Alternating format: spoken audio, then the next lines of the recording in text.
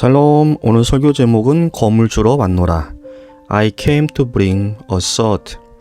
오늘 본문은 마가복음 8장 38절, 누가복음 12장 8절에서 9절, 51절에서 53절에도 기록되어져 있습니다. 첫 번째로 사람 앞에서 예수가 그리스도심을 고백하자.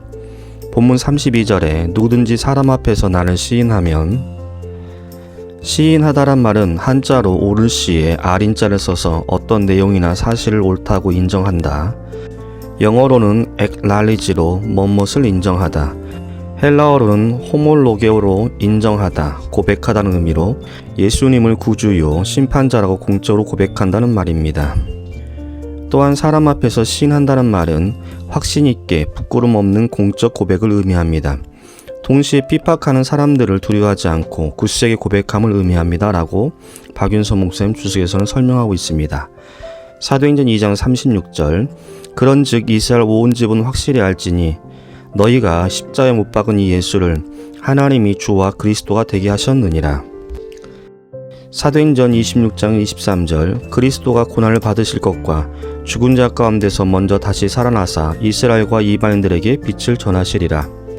사도행전 5장 41절 42절, 사도들은 그 이름을 위하여 능욕받는 일에 합당한 자로 여기심을 기뻐하면서 공의 앞에서 떠나니라. 그들이 날마다 성전에 있든지 집에 있든지 예수는 그리스도라 가르치기와 전도하기를 그치지 아니하니라. 참고로 그리스도란 헬라어로 크리스토스, 히브리어로 마시아입니다. 의미로는 기름 부음 받은 자, 다시 말해 구원자라는 뜻입니다. 요한복음 1장 41절, 메시아는 번역하면 그리스도라. 존 칼빈 주석에서는 본문을 다음같이 설명하고 있습니다. 예수 그리스도께서는 앞서 죽음을 두려워하지 말라, 죽음을 무시하라고 언급하셨다. 즉 죽음에 대한 공포를 물리쳐 어느 때든지 솔직한 신앙 고백을 중단하지 말 것을 말씀하신다. 다시 말해 예수 그리스도의 제자들은 언제나 순교를 각오해야 한다. 여기서 나를 시인한다라는 고백, 즉 누구든지 사람 앞에서 예수인 나를 그리스도라고 고백한다는 말은 하나님께 드리는 제일 가는 영광과 신앙의 독특한 면으로 취급되고 있는데 당연히 그래야 마땅하다. 우리가 우리의 신앙을 속으로만 말하고 겉으로 드러내는 것을 필요 없는 것으로 여기다 보면 결국 우리의 신앙의 불은 꺼지고 말 것이다.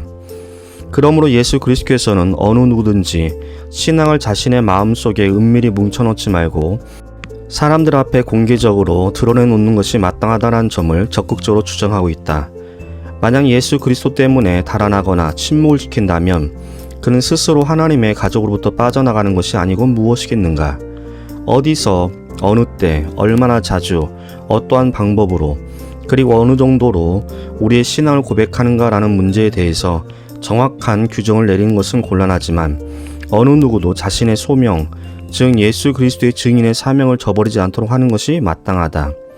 사도행전 1장 8절, 오직 성령이 너에게 임하시면 너희가 권능을 받고 예루살렘과 온 유대와 사마리아와 땅끝까지 이르러 내 증인이 되리라.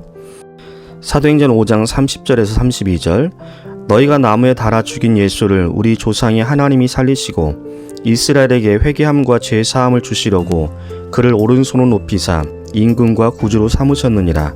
우리는 이 일의 증인이요. 본문 32절에 누구든지 사람 앞에서 나를 시인하면 나도 하늘에 계신 내 아버지 앞에서 그를 시인할 것이요.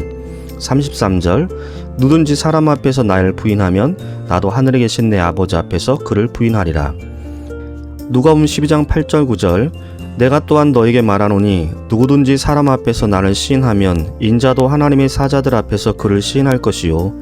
사람 앞에서 나를 부인하는 자는 하나님의 사자들 앞에서 부인을 당하리라. 사람 앞에서 나를 부인하면 이라는 말은 예수님을 모른다고 하는 일시적인 불신을 의미하지 않고 인류적인 거부 혹은 일관된 부인을 가리킨다. 결국 회개함이 없는 불신자들은 천국에 들이지 않겠다는 말씀이다 라고 박윤서 목사님 주석에서는 말하고 있습니다. 예수가 그리스도심을 부인한 사람들이 마태복음 13장에 나옵니다. 고향으로 돌아가사 그들의 회당에서 가르치시니 그들이 놀라 이르되 이 사람의 지혜와 이런 능력이 어디서 나느냐? 이는 그 목수의 아들이 아니냐? 그 어머니는 마리아, 그 형제들은 야고보, 요셉, 시몬, 유다라 하지 않느냐? 그 누이들은 다 우리와 함께 있지 아니하냐? 그런즉 이 사람의 모든 것이 어디에서 났느냐 하고 예수를 배척한지라.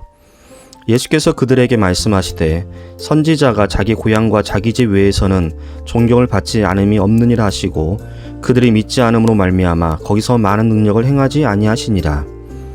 마가복음 8장 38절 누든지 음란하고 죄 많은 세대에서 나와 내 말을 부끄러워하면 인자도 아버지의 영광으로 거룩한 천사들과 함께 올 때에 그 사람을 부끄러워하리라. 두 번째로 거물 주러 왔노라. 본문 34절 내가 세상에 화평을 주러 온 줄로 생각하지 말라. 화평이 아니요 거물 주러 왔노라.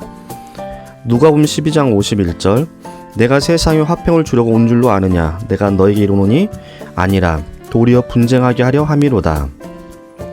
화란 주석가 크레다너스는 말하기를 주님께서 이 세상과 충돌하심은 마지못해 걷는 걸음이 아니고 적극적으로 원하시는 일이다. 요한일서 3장 8절 하나님의 아들이 나타나신 것은 마귀를 멸하려 하심이라. 예수 그리스도께서는 진리를 증거하면은 필연적으로 전쟁에 따르기 때문에 자신의 백성들로 하여금 전투태세를 갖추도록 부탁하고 있다. 여기에는 두 가지 난점이 내포되어 있는데 자칫 잘못하다가는 악한 사람들로 하여금 크게 당황하게 만드는 그런 문제다. 첫째, 사실 예수 그리스도는 우리의 평화요, 복음은 우리와 하나님을 화해시키는 만큼 결국 세상은 평화의 상태가 이루어지는 것은 마땅하다. 선지자들은 메시아, 즉 그리스도의 통치 아래서는 평화와 안전이 깃들일 것으로 약속해주고 있는 만큼 제자들은 자기들이 여행하는 곳마다 모든 것이 당장 평화를 되찾을 것으로 여기지 않았겠는가. 그러므로 복음이 전파되는 곳마다 전쟁과 분쟁이 시작된다는 이야기는 여러 선지자들의 예언과 일치하지 않는 것처럼 보인다. 더욱이 예수 그리스도의 역할과 복음의 능력과는 거리가 멀어 보인다.